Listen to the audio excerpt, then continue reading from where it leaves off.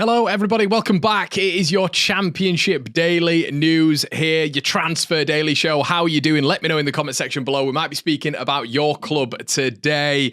Well, there's a fair few big ones today as well, everybody. Make sure you're liking, commenting, subscribing. Thank you so much. We hit 1,500 subscribers last night, which is absolutely mega. Shout out to all of you guys. Just a little bit of news as well. We will be doing a Burnley versus Sunderland watch along on Friday night. Make sure you join me and we'll be going through a massive game in the Championship calendar. Let's get into the news. John Joe Shelby, everybody, probably a name that you have not heard of in a while. He has been at Yupspor. His contract has not been sort of extended there, and it looks like Scott Parker, well, he's mentioned it at the weekend, hasn't he, after their win over Reading. Burnley have him in training. Yes, he is training with the Clarets right now. Very similar to what Leeds United did with Joshua Gilavogi in terms of just signing him as a free midfield agent. I think this is an interesting move from Burnley, because what are you going to get with John Joe Shelby? Is it worth the risk with what Burnley have in midfield, with Laurent, with Cullen, with Brownhill in there as well? I think it probably is, just adding that level of experience, which is going to help Burnley. What level is he at, though? Is he going to be featuring at all for Burnley, or is he just a voice in the changing room, potentially captain-like material to just push Burnley on to that next level? It's going to be interesting to hear what happens there. Let me know, Burnley fans, what you think in the comment section below. Would you welcome John Joe Shelby? But as I've mentioned, Scott Parker has clarified that he is training at this moment with the Clarets. Now, interesting when it comes to Mike Tresor as well. At the weekend against Reading, the second and third goal, he was so key. He was involved in both goals, and it just shows the quality of Mike Tresor. Is he going to be staying at Burnley throughout this window? Scott Parker hasn't utilised him a lot. In fact, it was his first appearance against Reading at the weekend, but had to have that artillery going forward. You know, you look at his Premier League stats, 16 appearances, 0 goals and 0 assists. Didn't work well, but the calibre of the guy, the level that he can get to, especially at the Championship, you know, can he develop and then, you know, looks a better player in the Premier League if Burnley are to go up there? It's a conversation to be had.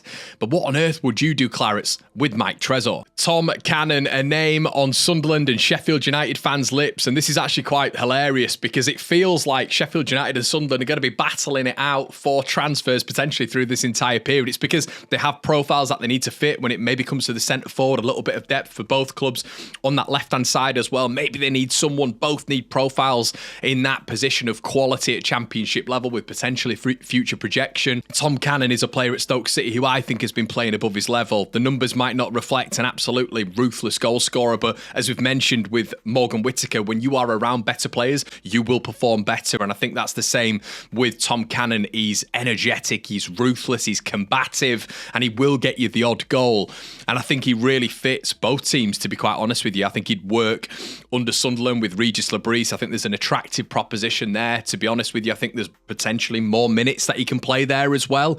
But when you look at Sheffield United, you look at Tyrese Campbell, you look at Kiefer Moore and Tom Cannon, it is a really good front three to work with. So he can work in a variety of systems as well, and it just feels like they need to get this one done. And apparently Sheffield United are readying a £7 million bid for Tom Cannon. Can Sunderland realistically compete with that? It doesn't really fit their model of recruiting certain personnel.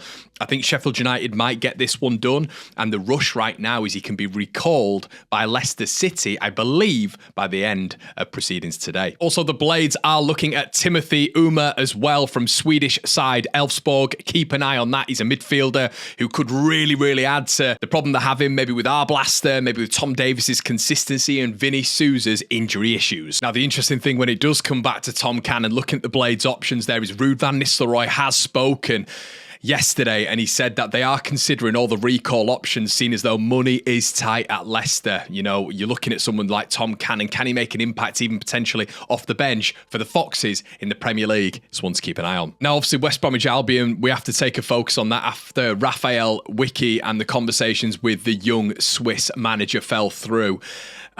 It feels difficult for West Bromwich Albion right now. Dyche is apparently rumoured to be in talks with West Bromwich Albion.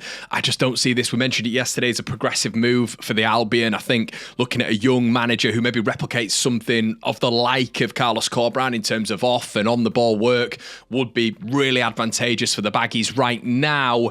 Going down the route of Sean Dyche with a particularly young squad, and that being West Bromwich Albion's focus in being a young squad and improving that sort of personnel. I do wonder whether or not Dyche is the right option. And apparently West Bromwich Albion are in communication with his representatives. It hasn't been a smooth, progressive transition when it comes to Carlos Corberán leaving the club. But West Bromwich Albion, as we mentioned yesterday, for me, have to try and get something closer to Carlos Corberán. They spent years trying to get away from the Sean Dyches, without any disrespect. They tried to get away from that style of football and away from that style of manager for numerous years. Do they really want to get back there? Now, Emanuel Dennis has 18 months left on his deal at Nottingham Forest. He has been left out of a 24-man squad by Nuno Espirito Santo. So, apparently, according to several sources, today there are 3 championship clubs who are looking at him. And for me, it's got to be maybe Sunderland, Sheffield United, and potentially even Leeds United if you are looking at certain personnel moving on from Leeds. If John Eustace is to look at someone like Patrick Bamford, maybe Leeds are also the ones looking. But there is a definite need for strikers. You do wonder as well if Watford are maybe going to just press that button as well a little bit. Who knows? But the options there, the opportunities there for someone like Emanuel Dennis, he could definitely prove it again in the Championship. I think he'd be a real astute signing. The wages would be a conversation, but if Nottingham Forest had to cover a lot of the wages, if it is a loan deal, could be advantageous again. And Hull City's Ryan Giles could be on the move before the January window closes, with Borough set to make another attempt to secure his services. We know how good he was at Borough in his last campaign. I think it was about 45 or 47 appearances, and Ryan Giles, I think it'd be a really nice signing for the Borough on that left-hand side. Just a flying left back who can really aid on set pieces. He's got such a sweet left foot, he could probably take penalties as well for me. But Ryan Giles, I think, is a really top player. I think his star has dwindled a little bit, but I do think that can be definitely reignited by Carrick at Borough, and that's one to keep an eye on. Obviously, we know Plymouth Argyle have appointed Muslic not long ago, their new manager. It's the first, actually, foreign manager that Plymouth have brought in. The Bosnian-born former centre-forward, guys, I have to say, did an unbelievable speech, which is going round right now. And he gave basically a talking to his players. And my goodness, it was wonderful. It was rousing. I did look at it and think to myself, if I'm a player and I'm listening to that, if I'm Barley Mumba, has been spoken about leaving the club, if I'm Morgan Whittaker, I am listening to that and thinking, my God, I might stick around with you, mate. It was full of passion, a projection of ambition as well. And you just think to yourself, if you're a Plymouth Argyle fan, that's got you a little bit more excited than quite a highly muted Wayne Rooney when it comes to interviews and maybe that sort of next level of chat. But yeah, they must be happy with that, and let's hope it goes a little bit better than it has done for the Argyle. That's been it from me, everybody. Let me know what you think in the comment section below. Really appreciate you stopping by. Catch me for the watch along on Friday night. Make sure you leave your thoughts in the comment section below when it comes to players, availability, and what you think should be going on with your football club in general. It's been an absolute pleasure, and I'll see you on the other side. Cheers.